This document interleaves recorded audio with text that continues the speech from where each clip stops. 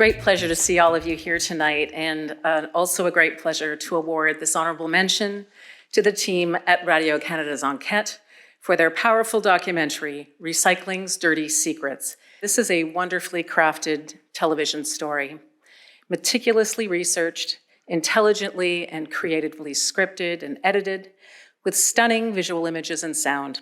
It is a beautiful documentary about a truly ugly situation. I think we all harbor a dark suspicion that our recycling efforts might not work as well as we hope on the actual recycling end. We already know that far too much plastic ends up in our oceans. We also witnessed the international embarrassment when the Philippines sent an entire container ship full of rotting garbage masquerading as plastic recycling back to Canada 4 years ago. It turns out even that didn't turn Canada's recycling ship around. What we learned from Enquete is that the problem is much worse now than we ever expected. The fact is, since 2018, when China stopped accepting it, we have no idea what to do with most of the plastic we put in our blue boxes. Less than 10% of it is recycled here in Canada. That is a long, long way from this country's goal of zero plastic waste. As you saw, the rest is just piling up in and outside recycling depots, mountains and mountains of it. It's a disturbing sight that we never see until the journalists at Enquete force us to look at it, but it does get worse. Through access to information and with the help of whistleblowers in several different countries, the Enquete journalists were able to penetrate the opaque world of international shipping. They tracked containers of purported paper recycling from the port of Montreal and discovered that huge amounts of Canada's hard-to-recycle plastics are, through neglect or intent, hidden in bales of recyclable paper and destined for the global south. Up to 1/4 of some shipping containers are filled with illegal plastic. That's over 10 times the allowable amount of contamination. The plastic they found originated from a Quebec-based recycling company named Recova, which processes recyclable materials from Montreal, Calgary, and Toronto. But it's not the only offender. The Enquete team discovered that over 120 highly contaminated shipping containers from 4 different provinces have been sent back to Canada in the last 5 years, caught in random inspections at the port in Antwerp. The Belgian whistleblower doesn't describe it as just bad. He says the containers coming from Canada are the worst he's seen in his 25 years on the job. No doubt, the vast majority of those containers slip through. And that means countries such as the Philippines, Malaysia, and India have been turned into Canada's illicit plastic dumping grounds. In India, which has some of the worst air pollution and worst policed environmental laws in the world, a portion of that Canadian plastic ends up being burned for fuel in factories, large and small, spewing toxic fumes into the environment. This is no small matter. Those fumes are known to cause heart and respiratory disease, skin irritation, and damage to the nervous system, internal organs, and reproductive systems. Air pollution already kills nearly 2 million people in India each year, and the problem is getting worse. Canada is contributing to that. It is criminal, and it's not as if our public officials don't know. The Enquete journalists learned that the federal government has been notified of these illegal shipments, but it keeps them secret from the public and won't say what, if anything, it's done about them. What's more, over 100 countries have signed on to a global treaty. They're enacting domestic laws banning the export of hazardous plastic recycling to non-OECD countries. Canada has not. Why not was just one of the questions the journalists put to Canada's Environment Minister, for which there was no real answer. From the sorting company CEO to the city officials, right up to Ottawa, what we see in this documentary is a kind of masterclass in denial, buck passing, excuses, and platitudes.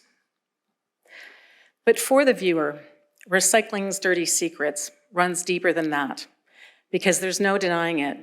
That's my bathroom tissue wrap and your book bag being smuggled to India, where it poisons the air and water and sickens, maybe even kills people. We are all implicated in this environmental tragedy.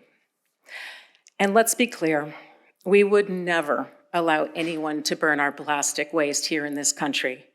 We cannot, in good conscience, stand by and allow it to happen anywhere else.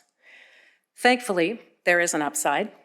After this documentary aired, Canadian Border Services may be inspecting more shipping containers before they leave the country. And one of the Ricova plants in Montreal has been taken over by a responsible nonprofit. And it doesn't end there. Since watching this documentary, I can't help but notice all the plastic around me, the wasteful excess packaging, the non-recyclable plastic wrap. And I shop differently now. I make different choices. I may even start writing letters. I am changed. I've been spurred to be a better, more responsible consumer and citizen. And I believe everyone who watches this documentary will be too. This project of saving our planet demands concern and commitment from each and every one of us. So for all that these talented journalists accomplished through this outstanding investigation, I think that might be their greatest achievement. So to producer Gil Shochat, reporter Chantal Lavigne, cameraman Jean-Pierre Gandin, editor Jean-Yves Houle, researcher Benoit Michaud, and producer Mrigakshi Shukla, and researcher Manoj Pal in India. Congratulations to you all. Gil and Chantal are here tonight to accept the prize. Thank you so much for this honor. We really appreciate it because we worked a whole year on this project and we loved it from the beginning.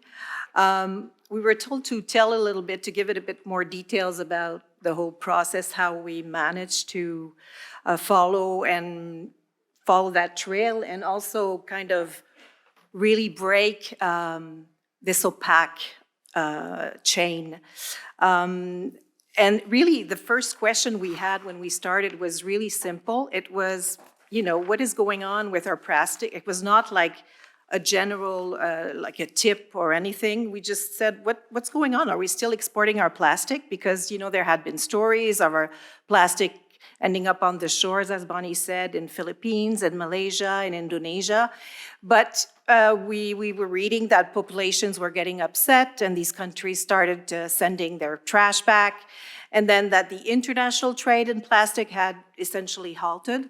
So did we have a story? That was our second question. And we checked Canadian export data, and basically we found out that Canada was sending practically no plastic overseas to developed countries. So we were ready really to give up. But before doing that, we made some calls to figure out, what was going on a bit more in details. And our first break really came with an unlikely source, this nerdy Belgian fellow that you saw in this report, who was really obsessed with Canadian trash. He also happened to be the main environmental inspector in one of Europe's biggest port in Antwerp, Belgium. And he was very open, contrary, opposite to what we found here. But he told us about, all these illegal shipments of trash from Canada that he had recently stopped. And what he was stopping was industrial quantities of plastic hidden in bales of paper, leaving the port, the different ports of Canada, but mainly the port of Montreal. And so this is how we discovered that the industry was using a new tactic to get rid of plastic, which they were hiding in paper bales that were, that he stopped more than 100 of them. And one of the worst players, he told us, was a company called Ricova, which coincidentally was also Canada's biggest exporter of recycled paper. But the problem was, as probably many of you know, that Canadian customs data is confidential and not available to journalists. So we had no way of knowing where most of this paper was going, who were the buyers. And though we knew that India was by far the world's biggest paper buyer, and Ricova, we were told, was doing a lot of business in that country, we didn't know more than that. So we had to get creative, and we scored the internet and found an obscure Asian data provider who sold us the information we needed. He was like selling data, expert data. So that was very convenient. And we found out so that the biggest place where this stuff was going was by far in an obscure town in northern India. It used to be known as India's mafia capital, and it was a little industrial town named Muzaffarnagar that we never heard of. We checked Indian media to see if this story has been covered, were there problems reported, and found only 1 or 2 local articles in Hindi about plastic being burned and causing a terrible pollution. So what do we do next? We found this local journalist, contacted him through Twitter, and hired him for a month. And he went to check dozens of dump sites around companies that we identified were main partners of Ricova, and went to check it out. And he found, this young journalist, Manoj Pal, lots of plastic from Canada, and he started sending us photos, actually dozens of them a day, we couldn't stop him, of Canadian plastic bags and Canadian packaging, and he was asking us why all this trash from Canada was ending up in his country. So at that point, I think we thought we had enough proof to make the case to our bosses for them to send us to India. Even though COVID was raging, we got lucky and got a short window where COVID had slowed enough in India to allow foreigners in. So we went there. Yeah. So once we were there, we were pretty shocked by what we found. There were, as you saw in the video, just piles of Canadian garbage everywhere we went, it seemed. It was like, here we are in the middle of northern India, and there's bilingual packaging everywhere. What's going on? It was being sorted, as you saw, to be burned in a city that already, literally, it has on the index, it's often number 1 or number 2 in the worst air pollution on the planet for cities. And then when we came back, we confronted the city of Montreal. We're like, what's going on? Why are we sending all this crap to India? And amazingly, we still can't believe this, what they told us, once the paper bales leave the Port of Montreal, it's just considered straight recycled and it's counted as recycling. And the federal government, in classic federal government ways, they were see no evil, hear no evil. It was like they didn't want to know, they weren't checking, they basically never heard of this, and we couldn't find any fines that had ever been given for this sort of offense, for these kinds of bales that were going overseas, that were huge quantities of trash in them, mostly plastic. After the story came out, it really embarrassed Environment Canada, and inspection of Ricova's paper bales exploded in number, and it seemed like the government was finally doing its job. Exports to India from Ricova mostly stopped, direct exports. The garbage started piling up in local recycling centers in and around Montreal, and basically the city, fearing an environmental crisis, pulled one of its contracts with the company. So with all this unwanted attention, there were constant newspaper stories. Ricova was forced to spend millions on new equipment, and the city tells us now the stuff coming out of the plant is much, much cleaner. Our inspector says that, thank you. The inspector we interviewed says he sees a lot less garbage coming from Quebec, but we're told India is still getting a lot of plastic from the rest of Canada. And Toronto. And Toronto, yeah, so guys.